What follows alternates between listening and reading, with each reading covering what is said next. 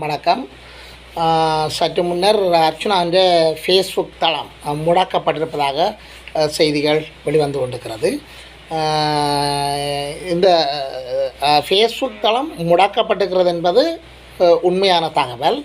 அதற்கான காரணங்கள் பல கோணங்களில் பல்வேறு தரப்பினரால் கூறப்படுகிறது.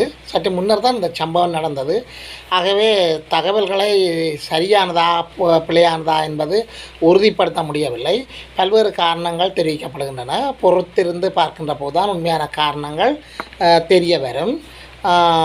தற்போது தேர்தல் நடைபெற்று கொண்டிருக்கிறதால இந்த ஃபேஸ்புக் தளம் முடக்கப்பட்டிருக்கலாம் என்று சிலர் கூறுகின்றார்கள். அதற்கான காரணம் என்னென்று சொன்னால், அர்ச்சனா ஆதாரப்படுத்தப்பட்ட காணொலிகள், அதாவது அர்ச்சனா குரல் பதிவுகள், அதாவது சம்பந்தப்பட்ட ஆட்களின் குரல் பதிவுகளை வெளியிடுவதன் மூலம் அது தேர்தலில் பாதிப்பு ஏற்படலாம் என்று பலர் கருதியிருக்கலாம். அல்லது பெரிய தேர்தலின் மிகப்பெரிய தேர்தல் களத்தில் நிற்கின்ற மிகப்பெரியவர்கள் அதை சம்பந்தமாக கருதியிருக்கலாம். அதன் காரணமாக ஃபேஸ்புக் தளத்தினூடாக தொடர்புகளை ஏற்படுத்தி அவருடைய ஃபேஸ்புக் முகநூல் முடக்கப்பட்டிருக்கலாம் என்ற தகவல்களும் கசிகின்றது. அர்ச்சனான்ற இந்த இதால் சாதாரணமாக மருத்துவ மாஃபியாக்களை பற்றி தொடர்ச்சியாக கருத்து கூறுகிறதாவது, அதாவது சம்பந்தமாக அந்த துறைகளில் இருக்கிறவர் சில மாஃபியாக்கள் இந்த நடவடிக்கையை எடுத்திருக்கலாம். அது சம்பந்தமாக அந்த மாஃபியாக்கள் சம்பந்தப்பட்ட சரப்பினரோட கதைச்சு தொடர்ச்சியாக பலர் சேர்ந்து இந்த கருத்துக்களை தெரிவிப்பதன் மூலம் ஃபேஸ்புக் முடக்கப்பட்டிருக்கலாம் என்று கூறப்படுகிறது. சிலர் முறைப்பாடுகள் செய்யப்பட்டதன் பின்னணியில் சைபர் கிரைம் குற்றப்பிரிவினரால் அது முடக்கப்பட்டிருக்கலாம் என்று சொல்லி கூட கருதுகின்றார்கள். இதைவிட மேலதிகமாக பல்வேறு கருத்துக்களையும் தெரிவித்துக் கொண்டிருக்கிறார்கள். அர்ச்சனா தற்செயலாக கைது செய்யப்பட்டிருக்கலாம் என்று சொல்லி.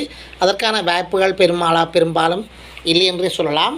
அர்ச்சனா கைது செய்யப்படக்கூடிய அளவுக்கு அவர் மிக பாரதூரமான குற்றச்செயல்கள் செய்த மாதிரி தென்படவில்லை. காரணம் என்னென்று சொன்னால், அவர் சம்பந்தப்பட்டவர்களுடைய ஆதாரங்களைத்தான் வெளியிடுகின்றார். அது ஆதாரங்கள் ஆதாரமாக இருக்கின்ற போது அவர் கைது செய்வது என்பது எந்த அளவுக்கு சரியானதாக இருக்கும் என்பது தெரியவில்லை.